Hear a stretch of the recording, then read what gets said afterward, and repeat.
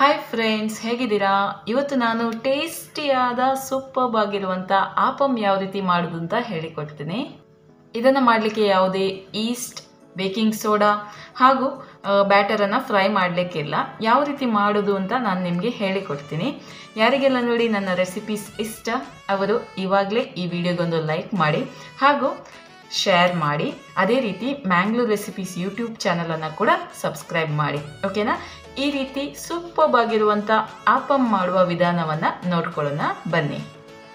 ಆಪಮ್ ಮಾಡಲಿಕ್ಕೆ ನಾನು ಇಲ್ಲಿ ಇಡ್ಲಿ ರೈಸನ್ನು ತಗೊಂಡಿದ್ದೀನಿ. ಎದುರು ಬೋಳಂತ ಹೇಳ್ತೀವಿ ನೋಡಿ, ಅದುವೇ 2 ಕಪ್ ರೈಸನ್ನು ನಾನು 6 ಗಂಟೆ ನೆನೆ ಹಾಕಿ ಇಟ್ಟಿದ್ದೀನಿ. 4 ರಿಂದ 6 ಗಂಟೆ ಇಡಬೇಕಾಗತ್ತೆ. ಬೆಳ್ತಿಗೆ ಅಕ್ಕಿ ಅಂದರೆ ರಾ ರೈಸ್ ಯೂಸ್ ಮಾಡೋದಾದರೆ 2 ಗಂಟೆ ಸಾಕು. ಇಡ್ಲಿ ರೈಸ್ ಆದರೆ 4 ರಿಂದ 6 ಗಂಟೆ ನೆನೆ ಹಾಕಿ ಇಟ್ಕೊಳ್ಳಿ. ಓಕೆ, ಇದನ್ನು ಇವಾಗ ಮಿಕ್ಸಿ ಜಾರಿಗೆ ಹಾಕಿ ರುಬ್ಲಿಕ್ಕುಂಟು. ಇದರ ಒಟ್ಟಿಗೆ ಕೆಲವೊಂದು ಬೇರೆ ಇಂಗ್ರೀಡಿಯೆಂಟ್ಸ್ ಹಾಕ್ಲಿಕ್ಕುಂಟು. ಏನೇನಂತ ನೋಡ್ಕೊಳ್ಳೋಣ. ನಾನು ಫಸ್ಟಿಗೆ ರೈಸನ್ನು ಹಾಕ್ತಾ ಇದ್ದೀನಿ. ಇದು ಮಾಡಲಿಕ್ಕೆ ತುಂಬ ಸುಲಭ.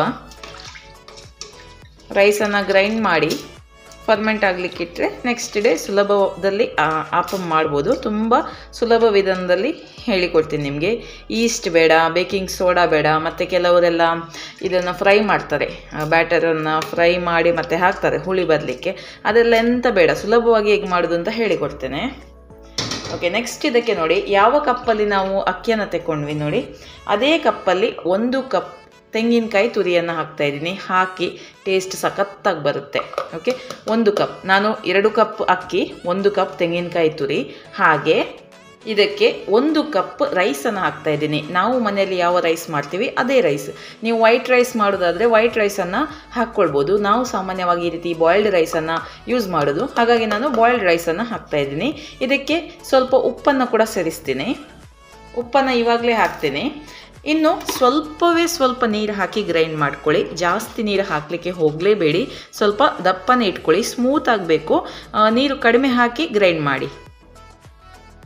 ಓಕೆ ನೋಡಿ, ನಾನು ರುಬ್ಬಿ ತಂದಿದ್ದೀನಿ. ಈಗ ಇದನ್ನು ಒಂದು ದಪ್ಪ ತಳದ ಪಾತ್ರೆಗೆ ಹಾಕಿಕೊಳ್ಳೋಣ.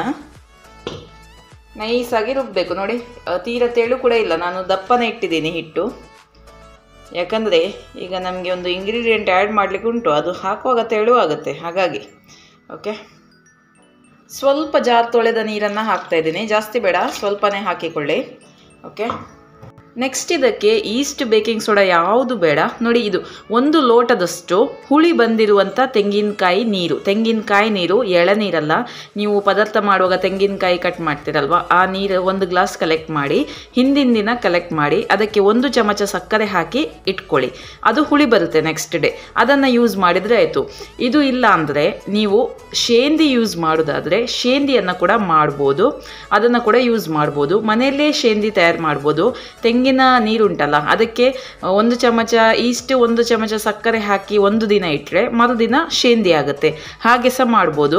ಬಟ್ ಈಸ್ಟ್ ಬೇಡ ಅನ್ನುವವರು ಹುಳಿ ಬಂದಿರುವಂಥ ತೆಂಗಿನಕಾಯಿ ನೀರನ್ನು ಹಾಕಿಕೊಳ್ಳಿ. ನಾನಿದು ಹುಳಿ ಬಂದಿರುವಂಥ ತೆಂಗಿನಕಾಯಿ ನೀರನ್ನು ಹಾಕ್ತಾ ಇದ್ದೀನಿ. ಶೇಂದಿ ಇದ್ದರೆ ಅದನ್ನು ಕೂಡ ಹಾಕ್ಬೋದು. ಇದಕ್ಕೆ ನಾನು 1 ಚಮಚ ಸಕ್ಕರೆ ಹಾಕಿ ನಿನ್ನೆ ಇಟ್ಟಿದ್ದೆ. ಇವತ್ತು ಇದು ಚೆನ್ನಾಗಿ ಹುಳಿ ಬಂದಿದೆ. ಇದನ್ನು ಸೇರಿಸ್ತಾ ಇದ್ದೀನಿ. 1 ಲೋಟದಷ್ಟು ನಾನು ತಗೊಂಡಿದ್ದೀನಿ. ಈಗ ನಾನು ಫುಲ್ ಹಾಕ್ತಾ ಇಲ್ಲ, ಅರ್ಧ ಹಾಕ್ತಾ ಇದ್ದೀನಿ. ಅರ್ಧ ಹಾಕಿ ಮಿಕ್ಸ್ ಮಾಡ್ತೀನಿ. ಅಂದರೆ ಇದು ಹಿಟ್ಟು ತೀರ ತೆಳು ಆಗಬಾರ್ದು, ಹಾಗಾಗಿ ನೋಡಿಕೊಂಡು ಹಾಕಿಕೊಳ್ಳೋಣ. ಇದನ್ನು ಕೈಯಲ್ಲಿ ಒಮ್ಮೆ ಮಿಕ್ಸ್ ಮಾಡ್ಕೊಳ್ಳೋಣ.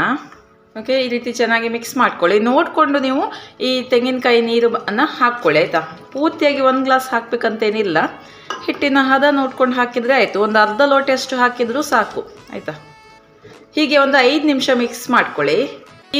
ಇದನ್ನು ನಾನು ಇದರಲ್ಲಿ ನನಗೆ 3/4 ಲೋಟೆಯಷ್ಟು ಯೂಸ್ ಆಗಿದೆ. ನಿಮಗೆ ಅದು ಡಿಪೆಂಡ್ ಆಗುತ್ತೆ, ಹಿಟ್ಟು ನಿಮ್ಮದು ಯಾವ ರೀತಿ ಇದೆ ಅಂತ. ಸೊ ಹಿಟ್ಟಿನ ಕನ್ಸಿಸ್ಟೆನ್ಸಿಯನ್ನು ನೋಡಿಕೊಂಡು ಅದನ್ನು ಹಾಕಿದರೆ ಆಯಿತು. ಈಗ ಇದನ್ನು ಫರ್ಮೆಂಟ್ ಆಗಲಿಕ್ಕೆ ಇಡ್ತಾ ಇದ್ದೀನಿ. 8 to 12 ಅವರ್ಸ್ ಇಡ್ಬೋದು ನೀವು ಫರ್ಮೆಂಟ್ ಆಗಲಿಕ್ಕೆ. ಓಕೆ, ಇನ್ನು ನಾಳೆ ಬೆಳಿಗ್ಗೆ ಇದನ್ನು ತೆಗೆದು ನೋಡೋಣ. ಓಕೆ, ಈಗ 10 ಅವರ್ಸ್ ಆಗಿದೆ. ಇದು ಹಿಟ್ಟು ಚೆನ್ನಾಗಿ ಫರ್ಮೆಂಟ್ ಆಗಿದೆ. ಇನ್ನು ಅಪ್ಪಮನ್ನು ಮಾಡೋಣ. ನೋಡಿ ಎಷ್ಟು ಚೆನ್ನಾಗಿ ಫರ್ಮೆಂಟ್ ಆಗಿದೆ ಅಂತ. ಯಾವುದೇ ಈಸ್ಟ್ ಇಲ್ಲ, ಬೇಕಿಂಗ್ ಸೋಡಾ ಇಲ್ಲ, ಏನೂ ಇಲ್ಲ.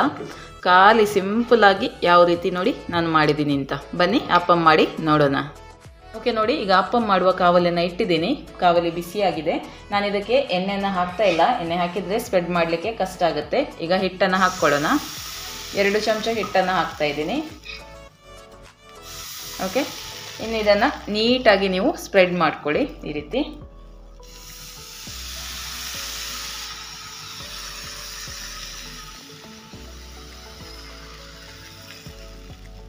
ಓಕೆನಾ.